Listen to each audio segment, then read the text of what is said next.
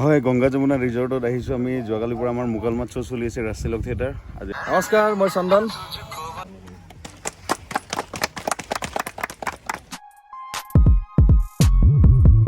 Good morning Ganga Yamuna agro ৰিজৰ্টৰ পৰা। আজি আমাৰ বিশেষ ভাল নিউজ এটা আছে। আমাৰ মাজত আজি আমাৰ ডাঙৰ এক্টৰ চম্পক শৰ্মা আছে। তে উৎপল কোৱা, তেওঁৰ বিষয়ে কোৱা, তেওঁ কেতিয়া আহিলে? তেখেতে অহাকালি আহিছিল, আমাৰ ইয়াত আছে অহাকালি পৰাই। ৰাজ তিলক থিয়েটাৰৰ বলিষ্ঠ অভিনেতা চম্পক শৰ্মা ডাঙৰীয়া তেখেত আমাৰ গংগা যমুনাত আহিছে। বিশেষভাৱে তেখেতে চাইছে, কালিৰ পৰাই আমাৰ ৰুম লৈছে ইয়াত। তেখেতে খুব বেছি ভাল পাইছে। তেখেতৰ পৰা কিছু কথা আমি জানিব চেষ্টা কৰিম। তেনেকৈ আপোনালোকৰ ভিডিঅ'টো চাই থাকক। মানে তেখেত যোৱাকালি আহিলে, যোৱাকালি অহাৰ পিছত তেওঁ ৰাতি ইয়াতেই আছে, খানা চানা আমাৰ ইয়াতে খাই আছে। তেওঁতে বৰ্তমান গা চা ধুই ফ্ৰেছ হৈ আছে। তাৰপিছত আমি তেখেতক অলপ দেৰি পিছত আপোনালোকক লগ কৰাই দিম। লগ কৰাই পিনি আপোনালোকক চিনাকি কৰাই দিম। তাৰপিছত তেতিয়াহ'লে ভিডিঅ'টো চাই থাকক আমাৰ শেষলৈ। আমি তেওঁৰ পৰা ধুনীয়া ধুনীয়া ডাইলগ চাইলগ শুনিম, পূৰা ভাল লগা ডাইলগ। তাৰপিছত কিছুমান তুমি ক'বা উৎপল, মেইন নে কি? কাৰণ আমি যিমান দেখাব পাৰিম আমাৰে ভাল। ৰিলচো কৰিম, ৰিলচো কৰিম আমি। ইউটিউবত যিমানবোৰ দেখাব লাগিব তেওঁৰ মানে এক্টিংবোৰ যিমান পাৰি আৰু। হয়, গংগা যমুনা ৰিজৰ্টত আহিছোঁ আমি। যোৱাকালিৰ পৰা আমাৰ মুকালমাত শ্ব' চলি আছে ৰাজ তিলক থিয়েটাৰ। আজি তাৰপিছত আমি ইয়াত গংগা যমুনা ৰিজৰ্টতে আছোঁ। খুব এটা ধুনীয়া ইমান মজা এটা পৰিৱেশ আপোনালোকক হয়তো উৎপলে দেখাই দিব। ইমান ধুনীয়া এটা পৰিৱেশৰ মাজত আছোঁ, সঁচাকৈ বহুত বেছি ভাল লাগিছে। নমস্কাৰ, মই চন্দন। আমি আহি এতিয়া মুকালমাত পাইছোঁহি ৰাজ তিলক থিয়েটাৰ। তো ৰাজ তিলক থিয়েটাৰত আমাৰ এইবাৰ খুব ভাল লাগিল কি আমি এখন ধুনীয়া ৰিজৰ্টত আছোঁ, গংগা যমুনা ৰিজৰ্ট। আৰু আমি আগত আছিলোঁ বিহামপুৰৰ পৰা মই খবৰ পাইছোঁ যে গংগা যমুনা ৰিজৰ্ট খুব ধুনীয়া ৰিজৰ্ট। আৰু সঁচাকৈ মোৰ বন্ধু ৰূপম আছে, মোৰ বন্ধু ৰূপম ভাইটি আছে, আৰু ভাইটি আপোনালোকে দেখিয়ে থাকে আমাৰ ভিডিঅ'ত দেখিয়ে থাকে ৰূপম দা। ভবা নাছিলোঁ যে মই আহি পেলাই ইয়াতে ৰূপমকে লগ পাম, আৰু ভাইটিক লগ পাই খুব ভাল লাগিল। ধন্যবাদ, বহুত ভাল লাগিলে। আৰু আমাৰ চম্পক দাও আছে, চম্পক দাক এতিয়া দেখা পাব আৰু আহিব। আৰু চম্পক দা খুব ধুনীয়া ৰিজৰ্ট, এটা ধুনীয়া পৰিৱেশ। আপোনালোকে ফেমিলি কিমান বিঘা মাটিৰ ভিতৰত আছে? 65 বিঘা মাটিত আছে ইয়াতে ৰিজৰ্টখন। আপোনালোক আহিব, এটা ধুনীয়া পৰিৱেশ পাব। মাইণ্ডটো যদি কেতিয়াবা ডিষ্টাৰ্ব হৈ থাকে ইয়াত আহক, ফ্ৰেছ হৈ যাব পাৰিব। আপোনালোক অহাৰ কাৰণে আমাৰ বহুত বেছি ভাল লাগিল। আমি যে ইমান ধুনীয়া চান্স এটা পালোঁ আপোনালোকক এনেকৈ লগ পাবলৈ, বহুত ধুনীয়া। আমাৰ সৌভাগ্য আচলতে। আমি এনেকৈ আহি পেলাই আমি আচলতে থাকিব দিছিল বেলেগত, আহি পেলাই গংগা যমুনাত পালোঁ। গংগা যমুনা সঁচাকৈ খুব ধুনীয়া ফেমিলি। যে আজি ব্যস্ততাৰ মূৰতে যে আমাৰ এই গংগা যমুনা ৰিজৰ্টত এনেদৰে আহিছে, বিশেষভাৱে আমাৰ খুব ভাল লাগিছে। কাৰণ অসমৰ চুকে কোণে গৌৰৱ কৰি অনা যেনে ৰাজ তিলক থিয়েটাৰ, তেওঁলোকক আকৌ এবাৰ গংগা যমুনাৰ পৰা নমস্কাৰ জ্ঞাপন কৰিছোঁ। ধন্যবাদ। এতিয়া আমি গামোচাৰে সম্বৰ্ধনা জনাম সকলোকে। বলক। আজি আমাৰ গংগা যমুনা এগ্ৰ ৰিজৰ্টৰ মানে সঁচাকৈ মানে লেখত ল'বলগীয়া দিন। আমাৰ সৌভাগ্যৰ বিষয় যে আমাৰ ভ্ৰাম্যমান জগতৰ যুৱতৰা স্বৰূপ আমাৰ সকলোৰে মৰমৰ শ্ৰদ্ধাৰ চম্পক শৰ্মা ডাঙৰীয়া আমাৰ এই ৰিজৰ্টখনত আছে। অতি ভাল লাগিছে থকাৰ কাৰণে। এই চেগতে আমাৰ ৰিজৰ্টৰ ফালৰ পৰা আমাৰ মৰম শ্ৰদ্ধা এখন গামোচাৰ জৰিয়তে যাচিবলৈ মানে খুজিছোঁ। আৰু গামোচাখন দিব আমাৰ সত্তা ডেকাৰী আমাৰ শ্ৰদ্ধাসকলে মনত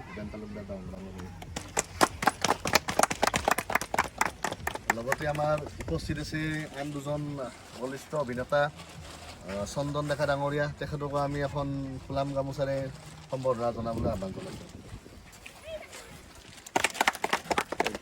উপস্থিত আছে আমাৰ আন এজন বলিষ্ঠ অভিনেতা হেমাংগ ৰাজ। তেখেতকো আমি এখন ফুলাম গামোচাৰে সম্বৰ্ধনা জনাবলৈ আহ্বান জনাইছোঁ। এই চেগতে আমাৰ সকলোৰে শ্ৰদ্ধাৰ মৰমৰ দাদা চম্পক শৰ্মা ডাঙৰীয়াক এই ৰিজৰ্টখনত মানে থাকি কেনেকুৱা লাগিল, অভিজ্ঞতাৰ বিষয়ে দুআষাৰ ক'বলৈ আহ্বান জনালোঁ। আচলতে এক ভাবিব নোৱাৰা মানে অনুভূতি। মই ভবা নাছিলোঁ মই জাগাৰা মুকালমুৱা বা এইটো অঞ্চল মোৰ কাৰণে পুৰণি নহয়, সদায় নতুন। কাৰণ ইয়াৰ পৰিৱেশবিলাক সদায় নতুন হৈ গৈ আছে। মই আজি বহু বছৰ ধৰি জাগাৰা মুকালমুৱা এইটো অঞ্চলত নাটক কৰিছোঁ, নাটকৰ জৰিয়তে আহিছোঁ। কিন্তু ইয়াৰ মানে যিটো পৰিৱৰ্তন, যিটো ডেভেলপমেণ্ট, এইটো সঁচাকৈ চকুত লগা। তাৰ মাজত এনেকুৱা এখন ৰিজৰ্ট যিটো কল্পনা কৰিব নোৱাৰি। মই কালি সোমাই আহি পেলাই মই প্ৰথমতে মোক তেখেতসকলে মোক আমন্ত্ৰণ কৰিছিল যে আহক এবাৰ ইয়াত থাকক। মই এনে ভাবি লৈছিলোঁ যে ৰিজৰ্ট, বহুত ৰিজৰ্ট দেখিছোঁ, তেনেকুৱা এখন ৰিজৰ্ট হ'ব আৰু। কিন্তু ই এখন এগ্ৰ' ৰিজৰ্ট, এইটো আচলতে খুব ভাল।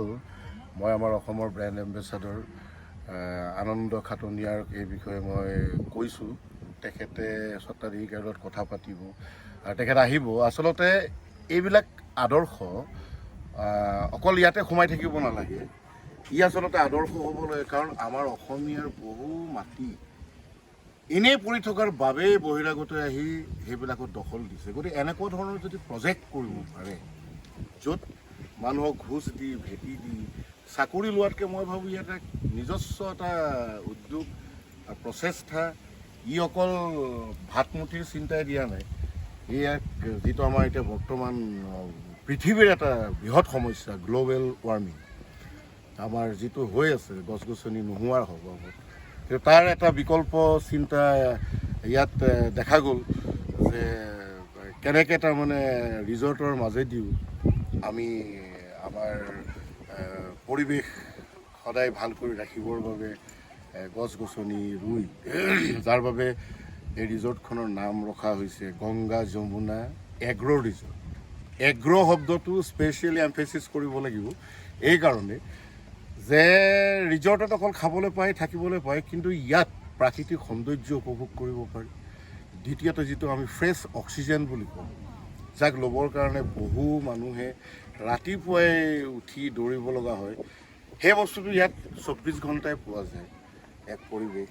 গতিকে মই অসমবাসীক আহ্বান কৰিম যে আপোনালোকে এবাৰ ৰিজৰ্টখন চাওক, চাই অন্তত এটা আদৰ্শ লওক, যদি মাটি বাৰী আছে এনেকুৱা কিছুমান কাম কৰিব পাৰি যি ফল একেদিনে নাপালেও এটা সময়ত বৃহৎ ফল হয় আপোনালোকৰ চকুত ধৰা দিব। এইখিনিতে মই মোৰ বন্ধুসমূহ মই আগতো লগ পাইছোঁ এখেতক, গতিকে এখেতে আমন্ত্ৰণ কৰিলে যে শৰ্মা আহক। আহি খুব ভাল লাগিল এখেতৰ প্ৰচেষ্টাক, এজন ইঞ্জিনিয়াৰ হৈ তেখেতে এগ্ৰিকালচাৰৰ লগত জড়িত, য'ত তেখেতৰ চাকৰি কৰ্মৰ মাজেদি এনেকুৱা এটা প্ৰচেষ্টা অব্যাহত ৰাখিছে পেৰেলিল, সিহঁতকে থেংকছ দিবলগীয়া। আৰু মই যিটো গম পালোঁ এখেতৰ ডাঙৰ ল'ৰা, তেখেতো বোলে ইঞ্জিনিয়াৰিং কমপ্লিট কৰি চাকৰি নকৰাৰ মনোভাৱ লৈছে এনেকুৱা ধৰণৰ। গতিকে এইটো খুবেই ভাল কথা, যদি এইটো স্ক'প আছে, অন্ততঃ এজন একো নথকা ল'ৰাই সেই চাকৰিটো পাব। গতিকে এনেকুৱা চিন্তা কৰক, ভাল লাগিল, মোৰ ভাল লাগিল। বিশেষ আপোনালোক ধন্যবাদ থাকিল, বহুত সময় নষ্ট কৰি কেনেকুৱা লাগিছে? সঁচাকৈ ধুনীয়া লাগিছে আৰু সঁচাকৈ বহুত ভাল লাগিছে এটা বস্তু, ইমান ধুনীয়াকৈ মনৰ আশীৰ্বাদ সম্বৰ্ধনা দিয়াৰ কাৰণে বহুত বহুত ধন্যবাদ। আৰু আমি এতিয়া ৰিজৰ্টখন গোটেইখিনি চাম, ফুৰিম। আৰু ব'টিঙো আছে নেকি? ব'টিঙো আছে। ব'টিঙো আছে ন? আৰু এতিয়া শুনিছোঁ হৰ্চ ৰাইডিঙো হয়। হৰ্চ ৰাইডিং আছে, ব'টিং, ঠাণ্ডা দিনত কেম্পিং, কেম্পিং, বনফায়াৰ, অ'কে, ৰাতি ধুনীয়া পৰিৱেশ একদম পুৰা। অ'কে, কেম্পিঙো কৰিব পাৰিম হয়? ঠাণ্ডা দিনত কেম্পিং। বাকী কেনেকুৱা লাগিছে? খুব ধুনীয়া পৰিৱেশৰ মাজত আছোঁ। আমি আছোঁ মুকালমুৱা গংগা যমুনা ৰিজৰ্টত। সঁচাকৈ এটা খুব ধুনীয়া পৰিৱেশ, আহি খুব ভাল লাগিছে। ভাইটিক লগ পাইছোঁ, তাৰপিছত ভাইটিৰ দেউতাক দাদাক লগ পাইছোঁ, আৰু খুব বহল অন্তৰৰ মানুহ, খুব ভাল লাগিছে। ইয়াতে যিটো পৰিৱেশ সেইটো প্ৰথমতে উল্লেখ কৰিব লাগিব। ইয়াত চব পোৱা যায়, ব'টিং আছে, হৰ্চ ৰাইডিং আছে, মানে চব সুবিধাই আছে। আমাৰ ভাল লাগিছে দাদাহঁত যে আহিছে, ইমান আমি ধন্যবাদ দিছোঁ কি ইমান ধুনীয়া এটা পৰিৱেশৰ মাজত যে আমি থাকিব পাইছোঁ, আমাক সুবিধাকণ দিছে, তাৰ কাৰণে আমি তোমালোক থেংক ইউ। বহুত ভাল লাগিছে। এতিয়া আমি এনেকৈ ফুৰি গৈ আছোঁ, আমি অলপ দেখাই পৰিৱেশটো চাম। এতিয়া আমি অলপ পৰিৱেশটো আমি দেখাম, খুব ধুনীয়া পৰিৱেশ। তেতিয়াহ'লে ভিডিঅ'টো চাই থাকক শেষলৈ। অ'কে, মুখেৰে ক'লে নহ'ব, কামেৰে দেখুৱাব লাগিব। আজি মই চম্পক দাক মই অনুৰোধ কৰিছোঁ যে দাদা এনেকুৱা এখন ৰিজৰ্ট এগৰাকী অভিযন্তাই ইয়াত প্ৰতিষ্ঠিত কৰিছে, তেখেতৰ সন্তানো অভিযন্তা, তেখেতে বোম্বাই বা দিল্লীত AC ৰুমত থাকিব পাৰে, কাম কৰিব পাৰে, কিন্তু তেওঁৰ পুত্ৰই আদৰ্শ হিচাপে কৈছে যে ইয়াত গছ গছনিৰ দ্বাৰা অক্সিজেন দিয়া হ'ব, মই সেই অক্সিজেনৰ তলত থাকিম, ইয়াত অসমৰ মানুহে থাকিব। মই অসমৰ ছাত্ৰ ছাত্ৰীসকলক অনুৰোধ কৰিছোঁ, ইয়াত যিমানখিনি বটানিকেল ইয়াত গছ গছনি নিৰ্মাণ কৰিছে, ছাত্ৰ ছাত্ৰীসকলে ইয়াত আহিলে এই গছ গছনি, ইয়াৰ পুখুৰী, ইয়াৰ প্ৰাকৃতিক নান্দনিক দৃশ্য উপভোগ কৰিব পাৰিব আৰু ছাত্ৰ ছাত্ৰীসকল লাভৱান হ'ব। আজিকালি বিভিন্ন ঠাইত দূৰলৈ বনভোজ খাবলৈ যায়, গাড়ী দুৰ্ঘটনাগ্ৰস্ত হয় বা মদ্যপান চলে, ইয়াত অভিযন্তাগৰাকীয়ে এনেকুৱা ধৰণৰ এটা নিপুণতাৰে ইয়াত প্ৰস্তুত কৰিছে যে ইয়াত পৰিয়াল কেন্দ্ৰিক সকলো আহি শান্তিৰে ইয়াত মানে ঘূৰিব পাৰে, ইয়াৰ উপভোগ কৰিব পাৰে আৰু যিখিনি সুবিধা এই সুবিধাখিনি দিয়াৰ কাৰণে অভিযন্তা ভূপেন তালুকদাৰক আমি সাংবাদিক মহলৰ পৰা আমি ধন্যবাদ জ্ঞাপন কৰিছোঁ। Thank U.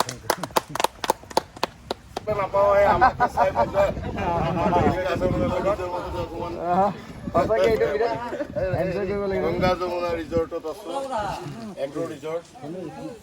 গোটে কয় যে তামোল চুফাৰি খালে তোৰ মাতটো বেয়া হ'ব, কিন্তু কেতিয়াবা মোৰ মাতটো বেয়া হৈ থাকিলে যদি মই পাণ এটা খাই দিওঁ মোৰ আকৌ আগৰ মাতটো ওলাই কি কাৰণে হয় নাজানো। পুৰীত এইটো কিতাপ লাগিব নতুন হৈ আছিলে হা। এতিয়া অলপ পুৰণা হৈ গ'ল।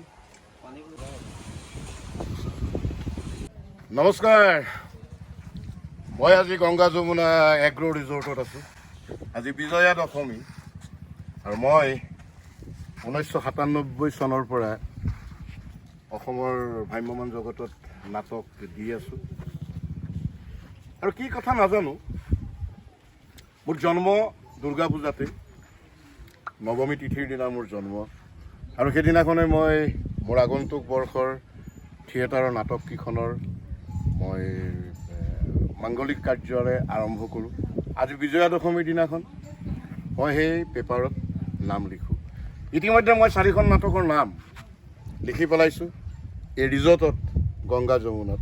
অহা বছৰ নাটকৰ নাম মই বাল্মীকি হাতত যেতিয়া ব্ৰহ্মাস্ত্ৰ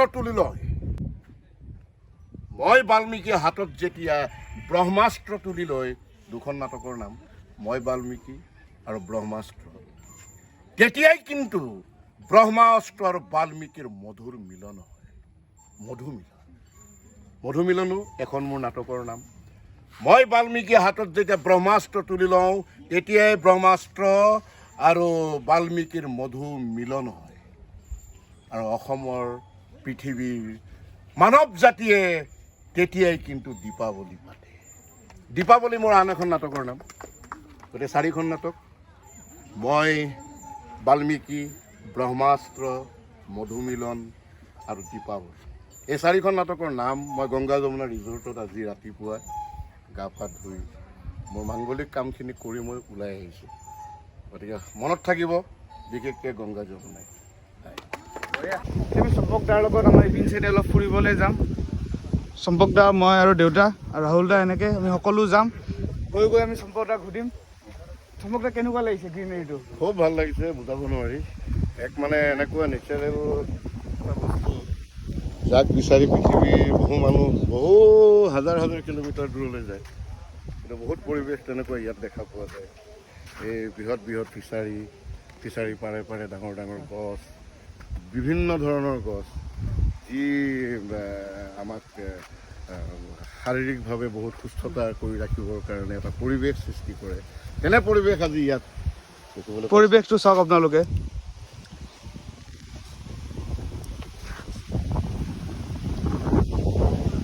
ইমান ধুনীয়া বতাহ নে কি আজি, একদম পুৰা ফ্ৰেছ, একদম পুৰা ফ্ৰেছ এয়াৰো ফ্ৰেছ। চম্বৰে ঠিকে কৈছে, আপুনি উশাহটো মানে আহিলেহে গম পাব লৈ পিনে। আজি ৰিজৰ্টত এটা মজাটোৱে বেলেগ, পৰিৱেশটো আপোনালোকে চাব পাৰে। বহুত ৰিল চিল বনালোঁ। আমাৰ গোটেই আমাৰ থিয়েটাৰৰ এক্টৰবোৰে চবে বেলেগ ৰিল বনালে। লগত আজি ৰূপম দাৰ সুভাষ দাও আহিছে ৰিলত নে কি? বেলেগ নাচিছে কিন্তু ৰূপম দা, বনাইছোঁ আৰু মানে ৰূপম দা খাট্টা বনাইছে। তো এতিয়া লাহেকৈ চবে লাঞ্চ চাঞ্চ কৰিব। লাঞ্চ চাঞ্চ কৰি মেলি আমি সিহঁতেও লাহেকৈ থিয়েটাৰ, যিহেতু মুকালমত থিয়েটাৰ চলি আছে, তো লাহেকৈ থিয়েটাৰ যাব। কিন্তু আমাৰ তাত সিহঁতে কালিও থাকিব, আপোনালোকে চিন্তা নাই। কালিও আমি সেইটো ব্লগে বনাম। কালি এক্ট্ৰেছ কেইজনী আনিব দিছোঁ, মানে এক্ট্ৰেছ আহিলে আৰু ধুনীয়া লাগিব ন, আমি জানো যিহেতু। ব'লক গৈ থাকোঁ।